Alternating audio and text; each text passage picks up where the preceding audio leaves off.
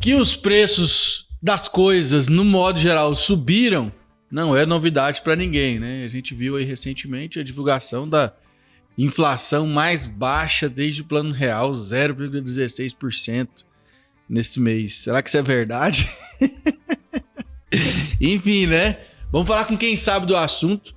Quando o assunto é macroeconomia, hedge, proteção de preço e tudo que envolve aí o mercado financeiro da Faria Lima, que acaba que repercute, né, em toda a nossa economia.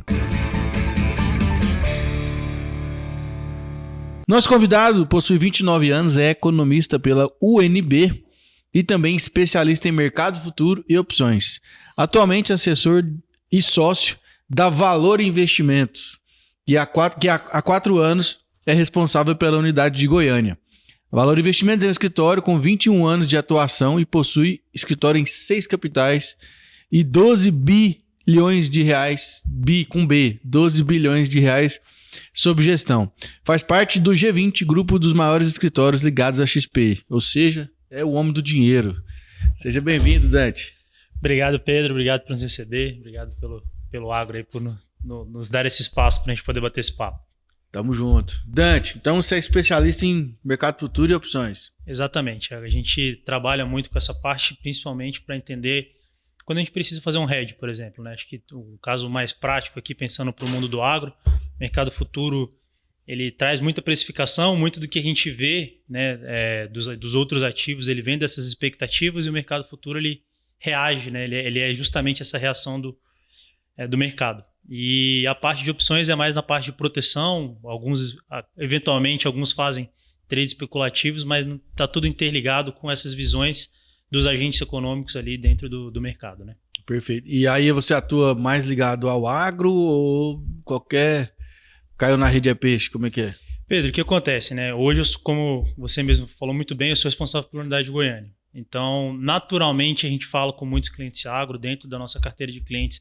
A maioria deles vem do agro, né? A gente sabe que é uma força muito grande dentro do mercado de Goiás. Então, até por isso a gente está por dentro, a gente ajuda esses investidores.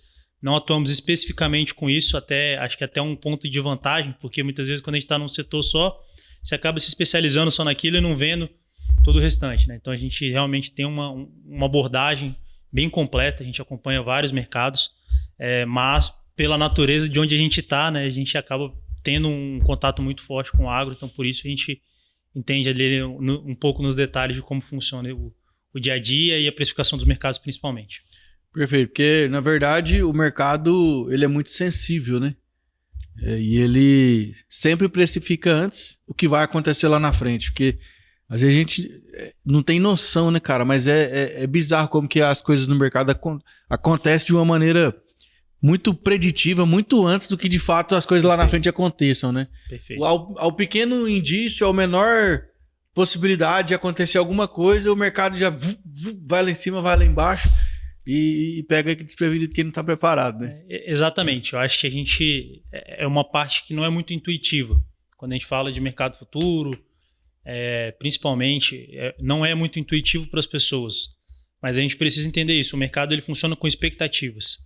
Então, se todo mundo está esperando que a taxa Selic vai subir 1% na próxima reunião, isso já está no preço. Já está no preço do dólar, já está no preço do título de NTNB que o governo está emitindo, já está no preço das commodities. Então, a gente sempre vai trabalhar com expectativa. A gente não pode se atentar muito ao que vai de fato acontecer, mas sim com o que todo mundo espera que vai acontecer.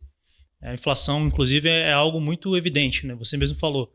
A gente teve um mês de inflação baixa. Ainda assim, se você abrir um home broker ou for olhar qualquer coisa, a expectativa de inflação está lá em cima.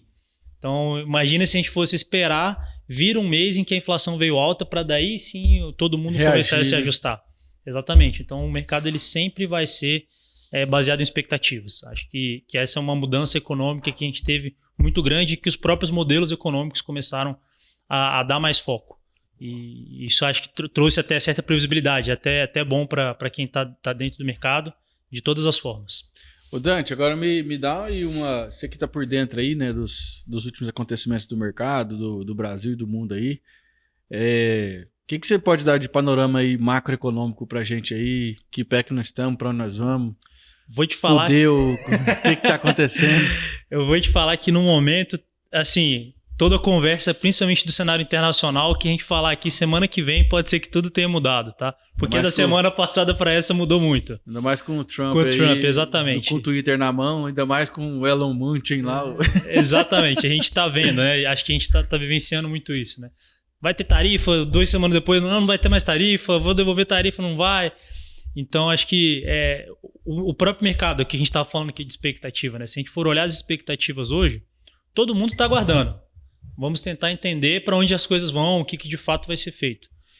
Então, eu te diria que hoje o mercado está muito precavido. Vamos tentar olhando o cenário internacional, né? Uhum. E não só o mercado, assim, o próprio Banco Central, na ata do Copom, que foi divulgada aí semana passada, muito se falou justamente sobre isso. Olha, a gente tem que aguardar um pouco de entender para onde vai a política monetária dos Estados Unidos para a gente poder também definir para onde vai a nossa. Porque, querendo ou não, é uma economia gigantesca. A gente viu isso muito claro na pandemia, quando a gente teve uma alta muito forte na inflação. A gente sentiu aqui, mas foi uma alta global. A gente teve dólares emitidos de uma forma que a gente nunca tinha tido, né? E isso fez com que o mundo inteiro tivesse uma inflação mais alta. Então, é muito isso. Esperar um pouco qual vai ser o movimento do governo americano para a gente poder entender como vai funcionar globalmente. Mas, de toda forma, existem coisas internas que a gente precisa, de fato, tratar. Né? A inflação que você mesmo falou, e muitas vezes eu sei que as pessoas olham e falam, poxa, inflação de 0,17, mas quando eu vou no mercado não é isso que eu estou vendo, né? Não é dessa forma. Subiu 40%? Exatamente. Tem coisa, café subiu 30%, laranja subiu 20%. Eu acho que é até importante a gente entender um pouco de onde vem essa composição, né? A gente usa muito o IPCA, mas o próprio IBGE tem outros índices. Quando a gente olha para o índice especificamente de alimentos, por exemplo, você vai ver que a alta na média lá, ela fechou em mais ou menos 9% ao longo dos últimos 12 meses. Que aí já começa a refletir um pouco mais do que a gente sente quando a gente vai no mercado. A cesta do IPCA é uma cesta hipotética. É uma cesta que ela tem vários tipos de consumo. Ela vai ter transporte, ela vai ter energia. Então, por exemplo, o governo agora, a gente teve um bônus de Itaipu, que teve uma produção muito forte de energia. Isso fez com que a gente diminuísse a conta de luz na maior parte do Brasil. Com isso, a inflação segura um pouco, por mais que o alimento tenha subido. Então, realmente... Mas aí o petróleo subiu... Exato. Aí puxou para cima a régua. Exatamente. Só que aí a gente também tem um alívio do dólar. Então, assim, tem muitas coisas que acabam movimentando. E de fato, tá? A inflação, o IPCA, né? Acho que melhor dizendo, o índice, o IPCA, ele não vai representar e dificilmente ele vai representar a cesta de uma pessoa. É difícil da gente tentar metrificar qual é de cada um. Mas realmente isso acaba acontecendo, tá? E é natural, acho que é um problema que os economistas têm para resolver e que dificilmente vão conseguir. Porque a sua cesta de consumo é uma, a minha cesta de consumo é outra. E em alimentos, por exemplo, ela não tem um peso tão grande dentro da cesta que o IBGE utiliza hoje. Então até por isso a gente acaba vendo esse tipo de que parece estranho. A gente olha e fala, cara, não tá 0,17. Para mim, no meu bolso, meus custos não aumentaram 0,17, né? E uma curiosidade, acho que é um pouco triste para nós que moramos aqui em Goiânia. Goiânia foi a capital que teve o segundo maior aumento na parte de alimentos. Eu falei de um aumento nacional de 8,9% mais ou menos, mas aqui em Goiânia chegou a 11%, tá? Não, cara, aqui em Goiânia tá realmente assim... Eu acho que encareceu demais a saída aqui num barzinho em Goiânia. Você sentar num barzinho hoje, um casal, cara, você não gasta menos de R$300. É exatamente isso. Não é menos de R$300. Exatamente. E você foi no supermercado, você comprou 2 sacolinhas, R$300. Não, virou um desafio. Para você gastar menos de R$100 no mercado, hoje é quase impossível. Esses dias eu até briguei com minha namorada. Ela pediu para eu fazer umas compras, e quando eu cheguei no caixa deu 99. Era pouca coisinha, né? Deu 99. Aí a hora que eu olhei, falei, nossa, consegui gastar menos de 100. Ela me ligou que tava faltando ainda. Bateu 100. Falei, faz tempo que eu não vou no mercado. Não R$100 no mercado é um shampoo, 1 quilo de carne, um pacote de café. Exatamente. R$100. Exatamente. Fudeu. Exatamente. O pobre aí tá assim, quem ganha aí na faixa de 2, 3 salários mínimos, não tá sobrevivendo, porque ele tem que pagar aluguel, ainda tem que pagar as despesas, né? E a gente sabe que... a gente, além de pagar todos os impostos, né? A gente paga o imposto da Alemanha, só que com a devolução do serviço da África, né? Porque você tem que pagar plano de saúde, você tem que pagar tudo de novo, além de pagar o imposto. Né? E eu acho que tem um detalhe, que como tudo na vida tem seu lado bom e seu lado ruim. A inflação ela é muito ruim. Acho que não existe nenhuma discussão quanto a isso. Mas a gente tem um outro problema no Brasil que é a conta pública. Fiscal, né? O fiscal ele é um problema. E é algo que a gente não é muito falado, não é muito tratado, mas inflação ela aumenta a arrecadação do governo. Existe um termo na economia chamado para isso que é chamado imposto inflacionário. Às vezes a gente dá uma olhada, eu tenho a impressão, inclusive, que o governo está tentando fazer um ajuste por essa via. Óbvio que isso vem com custo de popularidade altíssimo, né? Porque é justamente isso que a gente está comentando, as pessoas vão no mercado, elas sentem, a população de baixa renda é quem é mais afetado por inflação, de longe. E o imposto inflacionário, ele pega justamente essa pessoa. Mas qual que é essa linha? Como que funciona?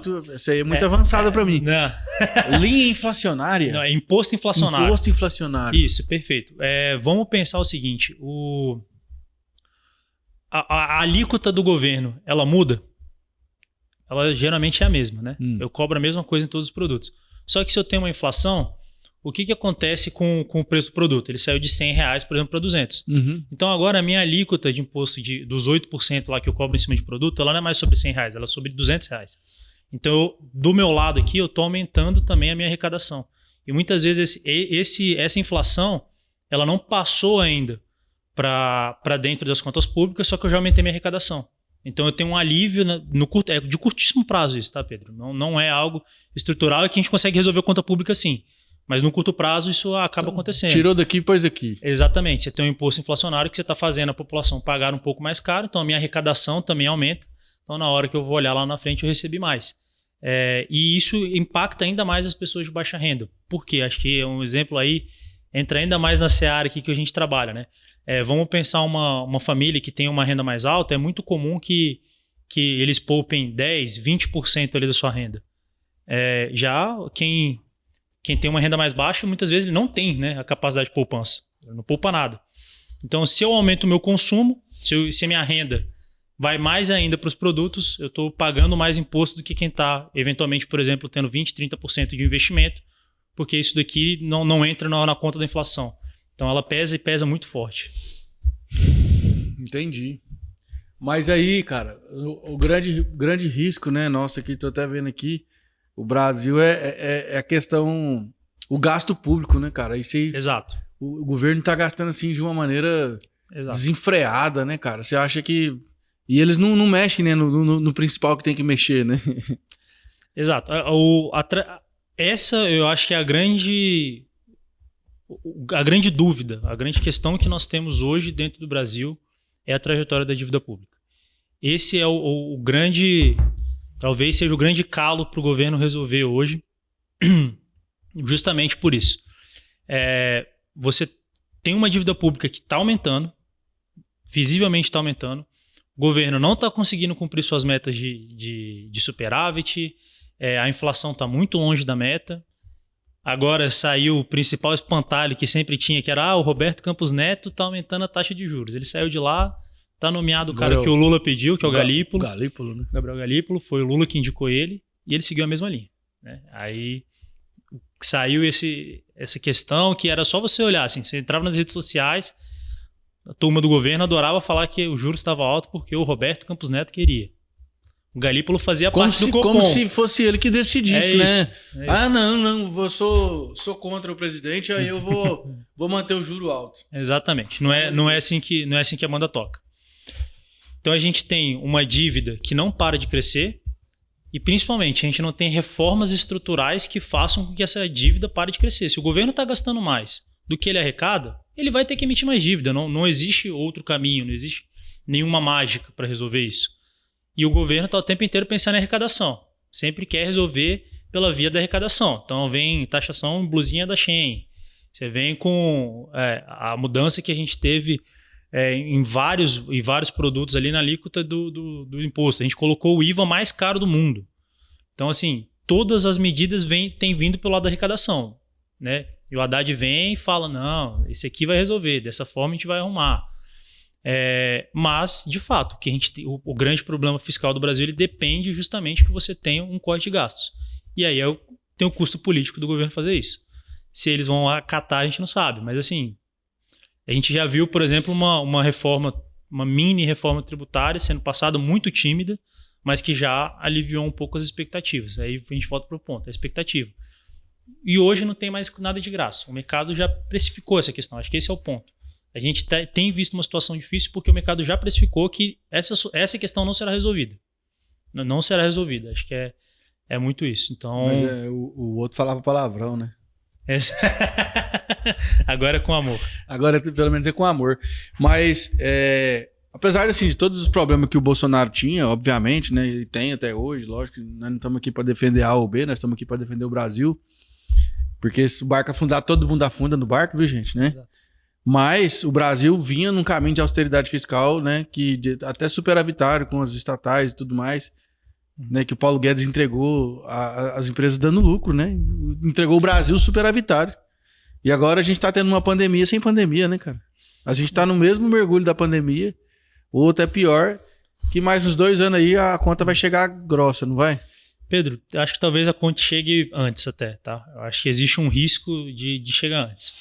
Te trazendo em coisas que acho que já deixam até de ser uma opinião, assim. Se você olhar no mercado hoje, todo mundo já entende que nesse ano de 2025 a gente vai ter uma inflação mais alta. Tá? Isso não é uma opinião, não é uma análise.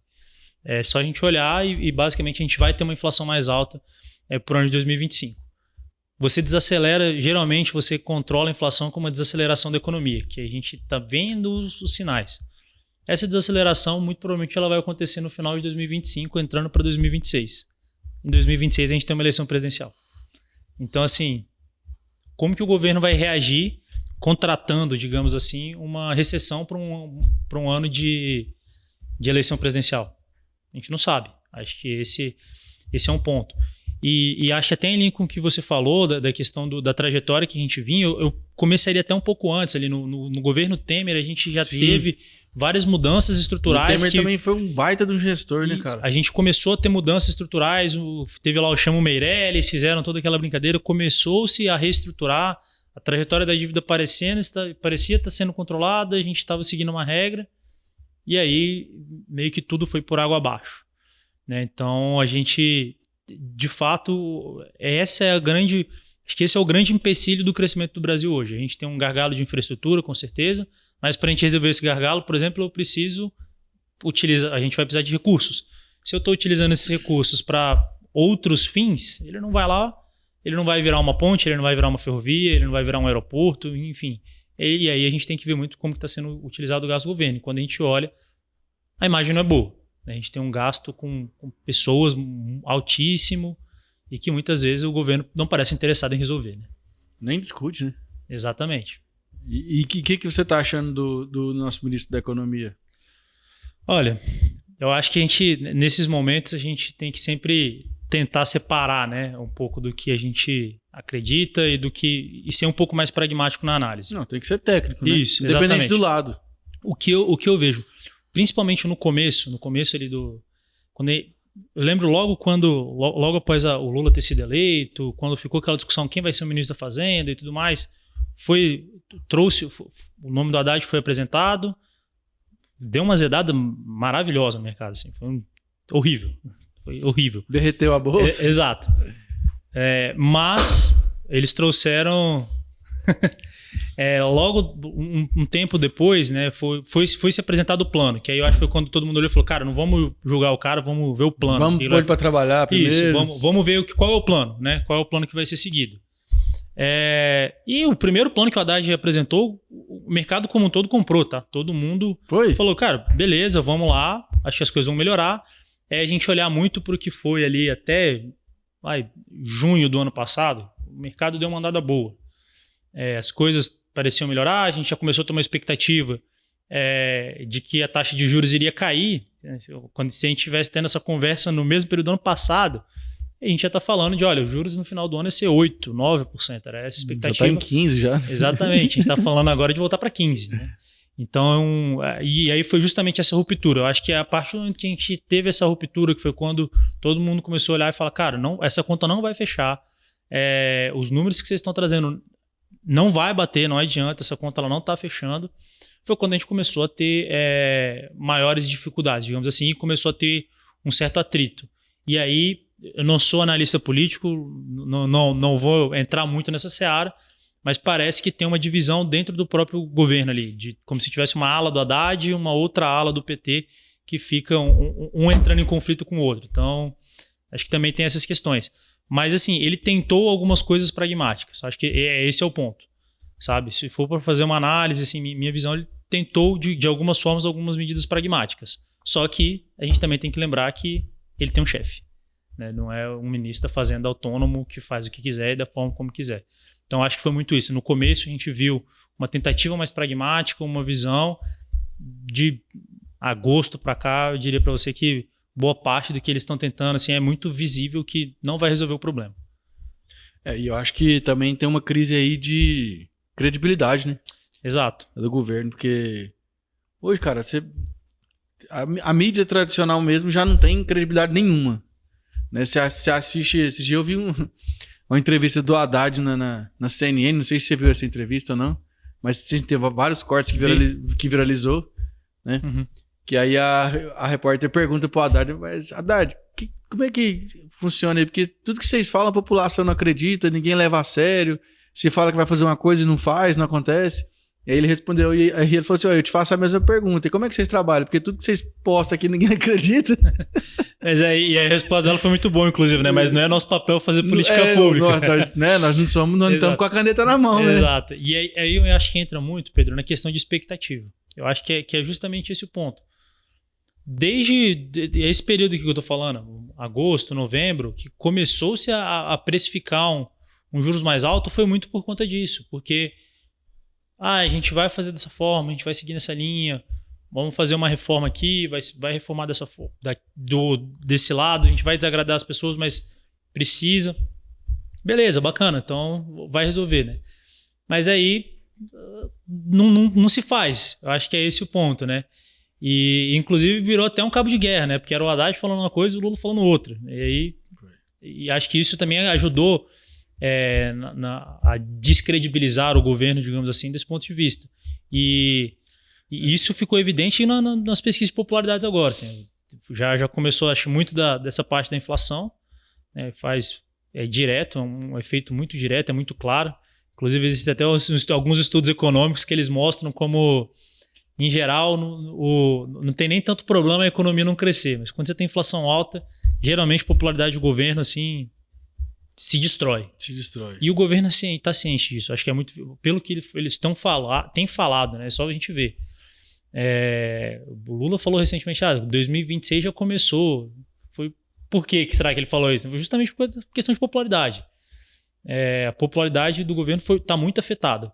A inflação é algo que está impactando diretamente e que é muito provável que eles tenham que agir de alguma forma para tentar segurar isso. E o brasileiro ele é muito passivão, né? Assim, ele aguenta muita coisa, não reclama, deixa as coisas chegar assim, acho que muito no limite para reagir de alguma maneira, mas algumas coisas que derruba o presidente do nosso país aqui é essa parte fiscal, né? Inflação, porque, igual você falou, popularidade cai, meu amigo, aí mexeu no bolso do brasileiro ali, naquele cara que tá lá na ponta, lá, que ganha lá um salário mínimo, 2 salários. Aí esse cara que é a maior massa que é 90% da população, né, do Brasil, e que é a galera que elegeu, né, o Lula. E aí eles começam a mudar de time, né, começam a mudar de lado e ver que realmente ele tá só tocando o rebanho ali, não vai pra frente e não vai virar nada, né. Isso aí. E você, como profissional do mercado financeiro aí, que sugestão que você dá para os produtores rurais aí, para a galera que tá no campo, que tá na luta aí, se proteger de alguma maneira aí? Tá, bacana, Pedro. Eu acho que o primeiro ponto, assim, o planejamento ele é muito essencial, tá? Ninguém sabe tocar melhor uma fazenda do que o próprio produtor. Eu acho que isso tem que ficar muito claro e isso é algo que todo mundo do mercado financeiro tem que ter em mente. Ninguém sabe mais tocar a fazenda, de qual é a melhor forma de plantar, o que o cara vai plantar, tudo isso a gente não cabe a mim, eu não tenho nem perto do conhecimento que essas pessoas têm. Só que a parte do planejamento e governança eu acho que é o principal. O que eu quero dizer com planejamento? Hoje a gente tem ferramentas muito boas, por exemplo, para a gente fazer trava de preço. Então, se eu tenho uma plantação que eu sei quanto eu estou gastando no custo, e hoje a maioria dos produtores que já tem uma gestão profissional, ele já sabe qual é o custo dele. Se eu já tenho a possibilidade de travar no mercado esse meu valor de venda, não precisa ser a minha produção inteira, mas já garante que você vai pelo menos fazer o break-even, vai ficar no 0 a 0, né? Vamos garantir pelo menos que eu vou sair no 0 a 0. Então, eu acho que essa é uma das formas que a gente tem. Ao que tudo indica, a gente está tendo um leve ciclo de commodities, de preço voltando a subir um pouco. A gente tem uma política internacional, como eu comentei, está bem difícil da gente tentar imaginar para onde as coisas vão. E eu acho que vale a pena até a gente gastar um tempo breve aqui para falar um pouco sobre essas políticas do Trump, sobre essas coisas. Porque assim, Pedro, quando a gente olha, cara, de forma macro, como o Brasil como um todo, dificilmente a gente vai ter um impacto muito grande. Tá? Dificilmente. A gente deve ter um impacto em alguns setores específicos, bem específicos. Acredito que boa parte do agro, inclusive, fique de fora disso. Tá? Números interessantes aqui, só para a gente ter em mente, só para você poder entender um pouco do que eu estou falando. Hoje, as exportações elas são mais ou menos 18% do PIB brasileiro. Desses 18%, 12% são para os Estados Unidos. Então, assim, nossa, é grande, mas não é um negócio gigantesco. É um parceiro econômico legal, relevante, mas assim, não é um negócio... China que puxa, né? Exatamente. E para alguns setores do agro, acho que o produtor rural que estiver me ouvindo aqui, é só ele pensar para quem ele está fornecendo. Né? Muitas vezes vai ser China, vai ser Emirados Árabes, por exemplo, se a gente estiver falando de proteína animal. A gente tem outros parceiros econômicos que são maiores. E até pelas políticas que o Trump está trazendo, é muito diferente a nossa situação. Acho que a questão quando ele anunciou isso, o mundo inteiro parou para pensar, cara, o que vai acontecer comigo? Né? Mas a gente é muito diferente, por exemplo, do México. Se a gente for olhar para o México, hoje as exportações do México, 80% é para os Estados Unidos. E a maior parte dela via terrestre. Então, assim, colado ali, né? Exato, eles não têm uma estrutura. O que eu quero dizer com isso? Eles não têm uma estrutura. A gente tem porto, a gente tem aeroporto, a gente exporta via navio, a gente exporta via aérea. Então eu já tenho uma estrutura que eu só preciso mudar o direcionamento disso, qualquer coisa. O México não. Pensa que o México, a exportação dele é para a estrada. E ele não tem estrada para outro lugar a não ser os Estados Unidos. E além de ser um parceiro muito maior. Então, mais concentrado o risco, né? Exatamente. Eles têm uma concentração muito grande. Já o Brasil, a gente não acontece isso. Só para você ter noção, um dos principais, assim, do lado de commodity que a gente mais exporta é petróleo. Então é algo que, basicamente, a gente está falando da Petrobras. A gente não está falando de um produtor médio. Né? E outro setor muito grande é o setor de aviação, peças de aviação. Porque a gente tem a Embraer, que é extremamente relevante no mundo, né? No mundo. E aí acaba tendo uma exportação relevante para os Estados Unidos também. Então, quando a gente olha o cenário global, o impacto disso para o Brasil, ele muito provavelmente vai ser concentrado em setores. Ele vai ser concentrado em setores muito específicos. Se fosse para pensar no setor do agro que talvez acabe sofrendo mais, seria para o lado de celulose. Tá? Que aí a gente já tem uma exportação um pouquinho relevante, mas ainda assim não acho que a gente vai ter um impacto tão grande. Né? Muito provavelmente o que vai ter para a gente é um efeito colateral, né? Um efeito indireto. Diretamente pouca coisa. Um efeito indireto, o que eu quero dizer? Às vezes a China toma uma sanção maior e ela começa a comprar mais do Brasil. Pode ser até bom para a gente. Então a gente tem que ver um pouco mais essa forma. Acho que o primeiro ponto é esse, tá? O produtor ele pode se acalmar um pouco nesse sentido, porque eu realmente, assim, pelo que a gente está vendo, pelos dados que a gente tem, dificilmente a gente vai ter um impacto tão grande diretamente nos setores brasileiros. Perfeito. Bom demais. E o que você acha que vai acontecer aí com o Brasil nos próximos anos, hein? Economicamente falando, assim, você acha que nós vamos recuperar a mão? Você acha que nosso time não vai aguentar o batidão? O que você está pensando? Olha, tem algumas expressões que se utilizam, falam muito que o Brasil é um país nota 5. Nós somos o aluno nota 5. E se a gente olha para trás, geralmente é mais ou menos isso. Se a coisa começa a piorar muito, a gente dá um jeito de resolver. Mas quando começa a melhorar demais também, a gente já fala, tá tudo indo bem e vira festa, né? Igual aquela frase, né? Qual que é o segredo que o Brasil tem para sobreviver à crise? Sempre estar em crise. Sempre estar em crise. Acho que é isso. A gente é o aluno nota 5, né? A gente é justamente isso. Assim, a gente não reprova de ano, mas também não passa com muita folga, não. Então, eu realmente tenho uma expectativa de que quando a gente olha para trás, tá, Pedro? Acho que isso é importante a gente notar também. Até a robustez do que a gente tem hoje de legislação, quando a gente fala, por exemplo, de mercado financeiro, o próprio Banco Central independente, algo que a gente conquistou. A gente tem seguido algumas das boas práticas do mundo. Acho que isso é algo importante de a gente trazer. A gente tem seguido algumas das boas práticas do mundo. Então, independente de a gente olhar para partido A, partido B, eu realmente acho que a gente tem uma condição muito boa de crescimento, né? E Goiás é um estado que com certeza está dentro disso. É só a gente olhar para o tanto que o Goiânia está crescendo. Assim, é assustador. É assustador. Minha mãe tinha uns 10 anos que ela não vinha em Goiânia. Quando ela veio aqui, ela não acreditou na cidade que ela viu. Mas é que agora nós temos um governador bala também aqui em Goiás. Acho que a gente teve é visível essa mudança. A gente e é isso, de puxar, né? O agro, querendo ou não, puxa. O setor de serviços aqui, a gente fala muito de agro, mas o setor de serviços é muito forte aqui dentro do estado de Goiás. Se a gente olha a composição do PIB é até maior, tá? Então a gente tem uma economia muito forte e que eu realmente acredito que no fim das contas a gente vai ser uma nota 5. Quando as coisas começam a piorar, a gente vai, de alguma forma, vai melhorar. Torço para que um dia a gente chegue no 7 e tente notas melhores, né? Mas é muito difícil a gente fazer perspectivas econômicas de para onde, poxa, o Brasil vai bem, vai mal, trazendo visão de curto e médio prazo, tá? Eu imagino que a gente deva, aí não é uma análise minha, mas o que a gente está olhando para o mercado, né? A gente deve ter uma desaceleração da economia, principalmente no segundo semestre. No primeiro semestre, dificilmente vai ter uma desaceleração, principalmente pela safra que a gente está tendo agora, né? A gente deve ter uma puxada muito boa, mas a gente imagina que a gente vai ter uma desaceleração no segundo semestre, mas isso não é ruim, tá? Uma desaceleração necessária. Exatamente, justamente para a gente segurar um pouco a inflação. Não estamos falando de uma recessão, estamos falando de uma desaceleração. O PIB brasileiro está crescendo 4%. A gente não consegue manter esse crescimento saudável no longo prazo. Então a gente deve ver uma desaceleração ali por volta de 2%. E você não pensa que está tendo isso aí por causa do governo de agora, não, porque isso aqui é coisa que foi feita lá atrás. A macroeconomia, né? É uma roda gigante que fica girando assim devagarzinho. Para você frear ela demora um pouquinho para frear e para voltar. Só que, né, o movimento exatamente. é lento. E a gente, assim, eu acho que tem uma incógnita muito grande. Assim, quem vai ser o presidente de 2026? Acho que é algo que, de novo, não sou analista político, né? Eu estou olhando do ponto de vista econômico. A gente não tem nenhuma proposta muito clara ainda de governos. Mas a gente tem muitas opções que o próprio Caiado, que você falou, será que ele vai vir como presidente?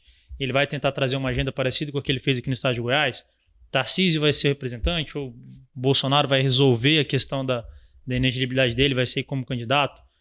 Quem vai ganhar essa eleição presidencial? E ainda tem esse detalhe, né? Que a gente está falando qual é o candidato e ainda tem quem ganha essa eleição. Então, eu acho que existe um mundo de possibilidades muito grande para a gente poder cravar. Mas quando a gente olha para o lado da economia, a economia brasileira cresceu muito no ano passado e cresceu de uma forma que não parece ser sustentável. E a gente tem uma questão de dívida. Sendo muito sincero contigo, acho que focando bem de forma pragmática, a gente resolvendo a questão fiscal que a gente tem no Brasil, nós somos um país pronto para crescer e crescer muito bem. Amém. Tá? Show de bola. Dante, obrigado pelo seu tempo. Obrigado, Pedro. Sempre vizinho de prédio aqui, né? Exatamente. Que bom que deu certo aí de você vir conversar um pouco com a gente aí. Enriqueceu bastante nosso canal aqui, né? Com assunto, com a pauta tão quente, tão relevante, né? Apesar que a gente tem um certo delay aqui da publicação com a gravação, mas o assunto é totalmente pertinente e eu acho que ainda vai estar bem atualizado ainda, né? Porque a gente trouxe assuntos que vão impactar ainda no mercado.